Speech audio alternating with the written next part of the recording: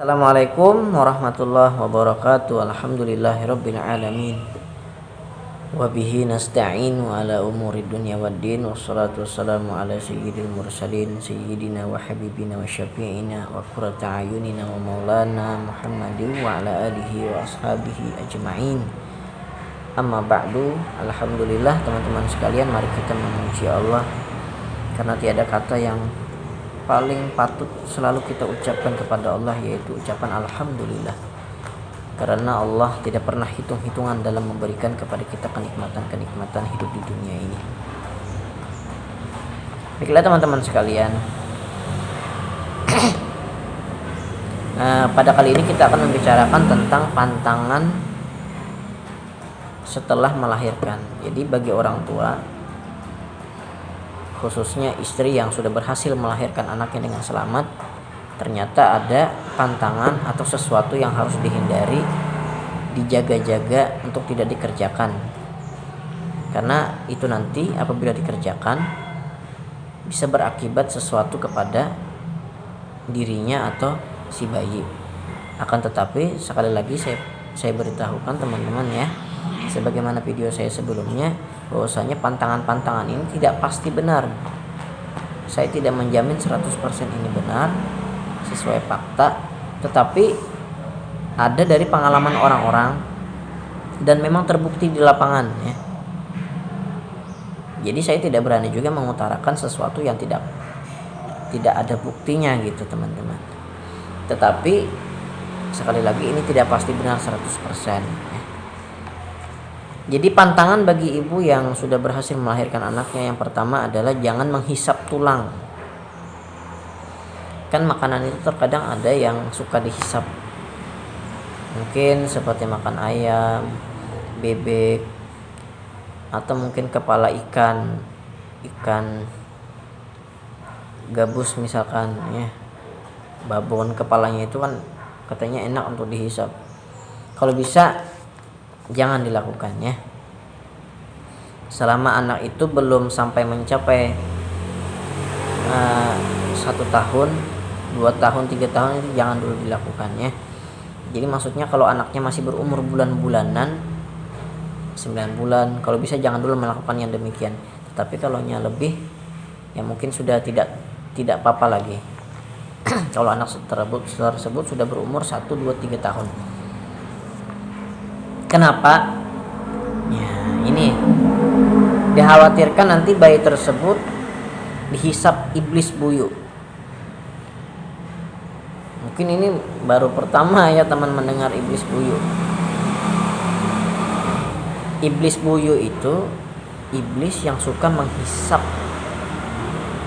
sari makanan atau darah bayi. Makanya ada ya anak itu yang sudah banyak makan tetapi tubuhnya tetap kurus kering, atau dalam bahasa Banjarnya itu limpih. Muka itu hampir rata gitu saking kurusnya, padahal makan banyak, nyusu banyak. Nah itu dihisap buyu. Jadi bagaimana kalau sudah terlanjur misalnya kan dihisap buyu, itu ada penanganannya ya. Jadi saya bertanya langsung dan berbicara langsung dengan orang yang pernah mengalami. Jadi orang tuanya itu mencari 1 ekor monyet, kemudian pada hari Jumat, terserah jamnya ya, mau pagi, siang, sore, pada hari Jumat dimandikanlah monyet tersebut.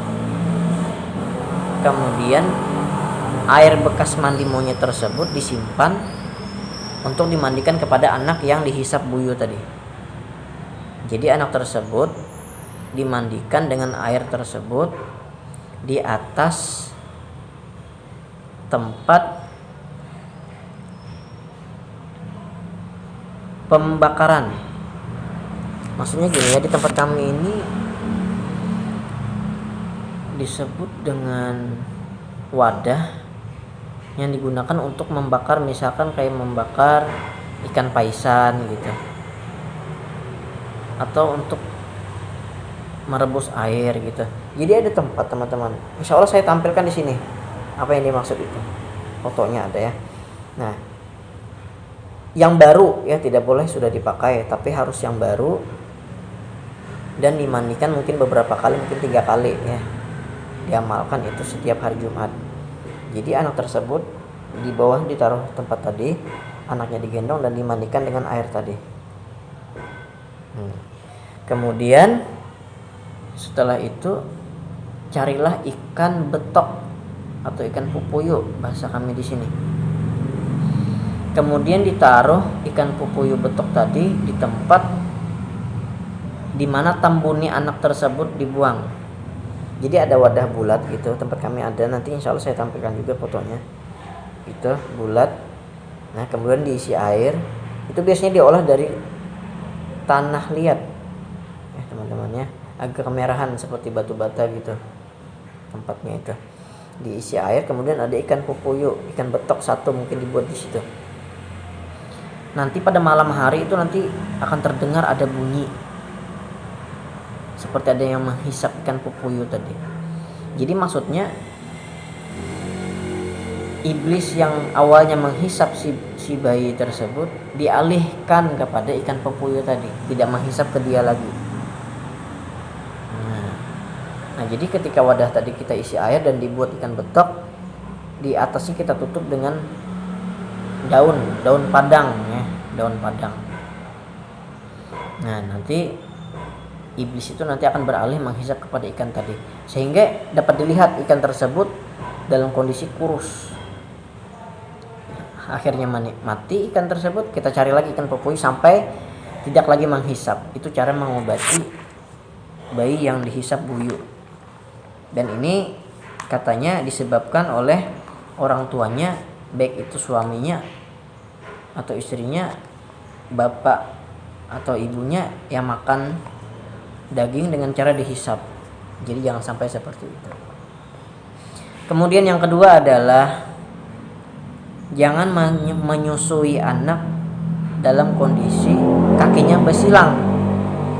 Mohon maaf teman-teman ya, kakinya ketika nyusu begini, kan enak gini, katanya enak, sambil disusui kakinya begini. Ini sama, katanya nanti bisa dihisap iblis buyut. Ini jarang sih sudah terjadi zaman sekarang ini, tapi saya sampaikan di sini untuk lebih berhati-hatilah. Kalau bisa tetap aja kita hindari. Kemudian ketika menyusui anak, jangan sampai rambut ibunya itu terurai, tidak tertata rambut ibunya.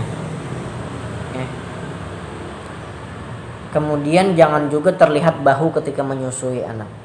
Jadi bisa mungkin ditutup dengan handuk.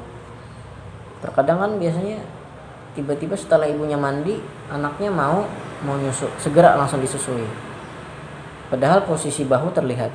Nah ini jadi kalau bisa ditutup dengan handuk atau kain atau apalah gitu, jangan sampai terlihat. Kemudian ibu yang setelah melahirkan tadi jangan melihat ikan toman. Nah ini sebenarnya berkaitan dengan yang poin 3, 4 ini. Karena nanti dikhawatirkan si anak kena rahi toman. Apa itu rahi? Rahi itu adalah sesuatu yang dirasakan oleh bayi yang menyusui. Ya, dia itu seperti ketakutan ketika mau nyusuk kepada ibunya. Ketika mau disusuin, anak tersebut gitu. Itu bisa jadi kena rahi.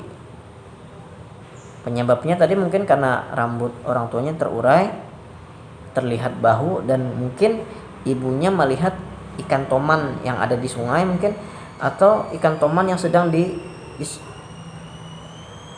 dibersihkan, maksudnya mau dimakan kan, ikannya mau dimakan, jadi dipotong-potong dulu. Nah ketika ibunya melihat itu, dikhawatirkan sang anak kena rahi toman. Rahi itu seperti berhantu ya teman-teman ya. Jadi anak yang mau menyusu itu seperti melihat sesuatu yang mengerikan ya, seperti ada hantu, atau ada iblis, atau ada setannya. Jadi dia penglihatnya itu ngeri, jadi dia mau menyusu itu gitu. menolak. Nah, jadi bagaimana teman-teman cara mengobati orang yang sudah terlanjur? Cara mengobatinya adalah, tapi ini kita hanya berusaha ya teman-teman. Kalau yang ngabulin itu Allah juga. Kita hanya berusaha, tetapi ada caranya. Silahkan kita ambil ikan toman, mungkin kepalanya ya. Kita sediain dulu air untuk mandi anak.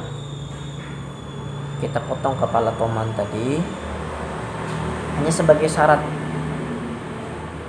Kemudian kepala toman tadi kita taruh di dalam air tempat anak kita akan mandi, dan kita ambil beberapa sisik ikan toman tersebut. Mungkin bisa 1, 2, 3 helai sisik ikan toman tersebut. Kita mandikan ke anak. Insya Allah dengan izin Allah ya, kita hanya berusaha, insya Allah sembuh. Nah, kemudian jangan menjepit, mohon maaf teman-teman ya, puting susu saat menyusui. Kan terkadang ibu itu enak ketika anaknya menyusu digepit gini puting susunya itu, supaya mempermudah katanya ya, airnya itu agar deras gitu dihisap anak. Itu jangan kalau bisa.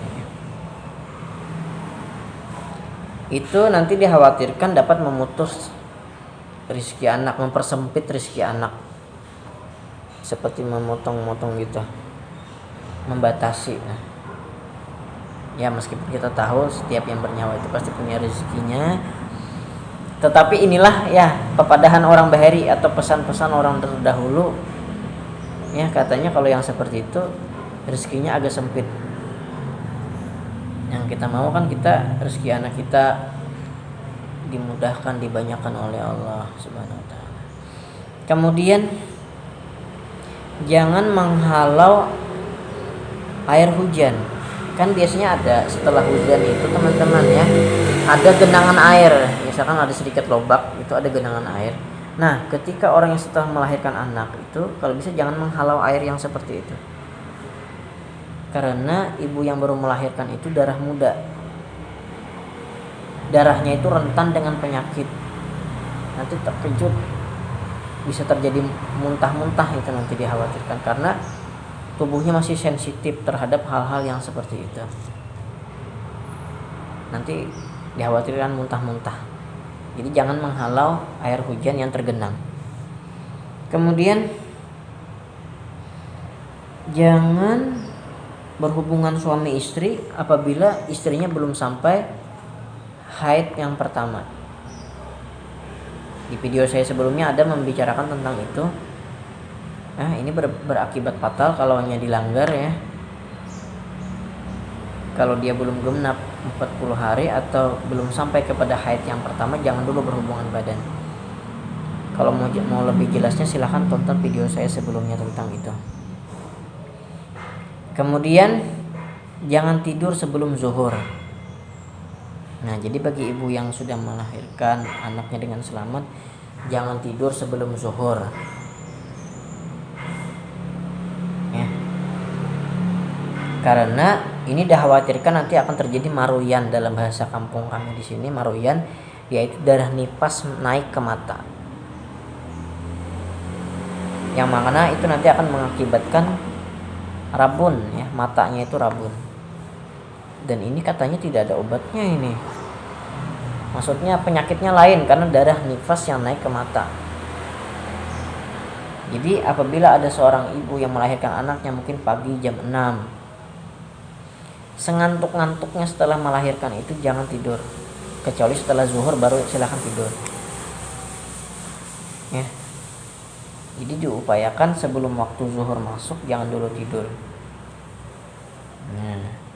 Tetapi nanti kalau sudah lama masa nifasnya berakhir, ya tidak apa-apa lagi. Ya. Kemudian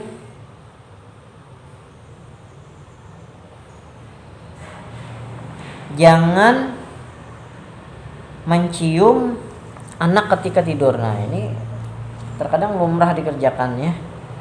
Ketika anak sedang tidur, nyenyak, kalau dalam papan tangan ini tidak boleh. Jadi dilarang ibu atau siapa saja mencium anaknya ketika dia tidur, atau memotong kukunya ketika dia tidur. Katanya lebih enak kan dia diam, ketika tidur kita potong kukunya. Itu kalau bisa jangan ya, dikhawatirkan nanti umurnya pendek. Nah, jadi jangan dilakukan. Kemudian jangan membawa anak keluar rumah sebelum 40 hari. Karena ya sudah pasti tubuh anak tersebut rentan sekali dengan bakteri, penyakit-penyakit. Ya, dia belum kuat menerima kondisi alam di luar kalau dia belum genap 40 hari. Fisiknya masih lemah ya. Jadi jangan dibawa dulu kemana-mana sebelum 40 hari. Ini kalau orang dulu kuat sekali menjaga ini. Dia tidak sembarangan membawa anaknya keluar apabila belum genap umurnya 40 hari. Ya, kalau sekarang kita mungkin kurang memperhatikan hal yang demikian. Padahal ini bagus dan harus diterapkan sebenarnya untuk kesehatan anak kita juga. Kemudian terakhir yang nomor 12, jangan ditinggal membaca azan setelah melahirkan.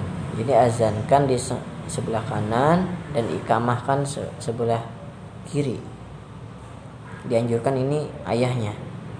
Kemudian jangan lupa juga kita membaca surah Al-Qadar di telinga anaknya, mungkin 3 kali. Kemudian kita bacakan surah Al-Insyirah, Alam Nashrah, dan juga kita bacakan surah Al-Ikhlas atau Qul Huwallahu Ahad 3 kali. Nah, itulah tadi beberapa pantangan yang mesti kita pelihara bagi ibu yang sudah berhasil selamat melahirkan bayinya. Semoga video ini bermanfaat. Sedikit banyaknya saya mohon maaf jika ada kata-kata yang tidak berkenan atau tidak nyaman di hati penonton. Saya mohon maaf. Akhir kata, wassalamualaikum warahmatullahi wabarakatuh.